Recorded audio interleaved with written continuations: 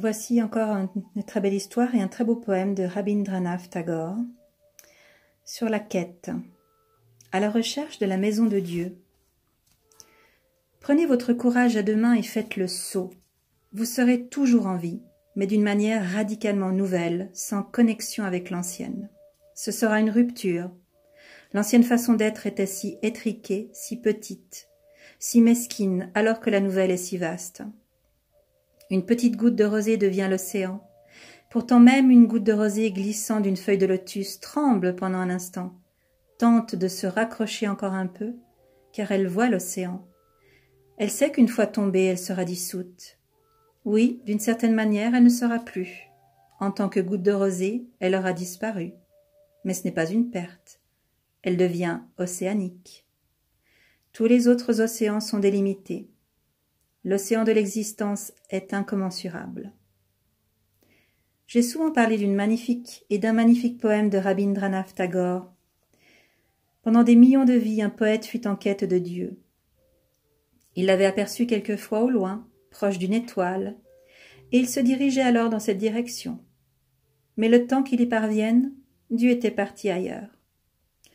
Pourtant, sans relâche, il continua sa quête, déterminé à trouver la demeure de Dieu, et la plus belle des surprises fut qu'un jour, il atteignit enfin une maison, sur la porte de laquelle était écrit « Demeure de Dieu ». Vous pouvez imaginer sa joie, son extase. Il gravit les marches en courant, et juste au moment où il allait frapper à la porte, soudain, sa main s'immobilisa. Une idée lui traversa l'esprit.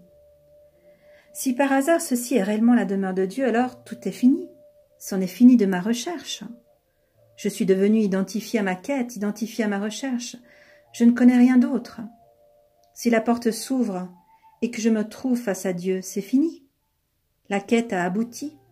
Et ensuite, il se mit à trembler de peur, enleva ses chaussures et redescendit le bel escalier de marbre. Il prit peur que Dieu puisse se montrer à la porte, bien qu'il n'ait pas frappé. Et il se mit à courir à une vitesse folle. Il pensait qu'il avait couru après Dieu aussi vite qu'il le pouvait, mais aujourd'hui, il courait plus vite que jamais et sans un regard en arrière. Le poème se termine ainsi. Je cherche toujours Dieu. Je connais sa demeure et donc je l'évite. Je cherche partout ailleurs. L'excitation est grande, le défi est immense et grâce à ma quête, je continue d'exister. Dieu représente un danger, celui de mon anéantissement. Mais à présent je n'ai pas peur, même pas de Dieu, parce que je sais où il vit. Ainsi donc, en évitant sa demeure, je continue de le chercher partout ailleurs dans l'univers. Au fond de moi, je sais que je ne recherche pas Dieu. Je ne cherche qu'à nourrir mon ego. Rabindranath n'est pas habituellement associé à la religion, mais seul un homme ayant une remarquable expérience spirituelle est capable d'écrire ce poème. Ce n'est pas de la simple poésie. Ce poème recèle une grande vérité.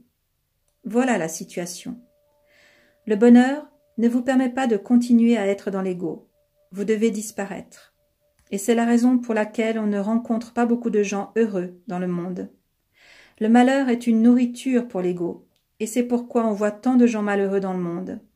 L'ego est le cœur même du problème. La réalisation de l'ultime vérité a un prix, et ce prix n'est autre que l'abandon de l'ego. Aussi, quand un tel moment apparaît, n'hésitez pas. Tout en dansant, disparaissez. Dans un grand rire, disparaissez. Avec des chansons au bout des lèvres, disparaissez.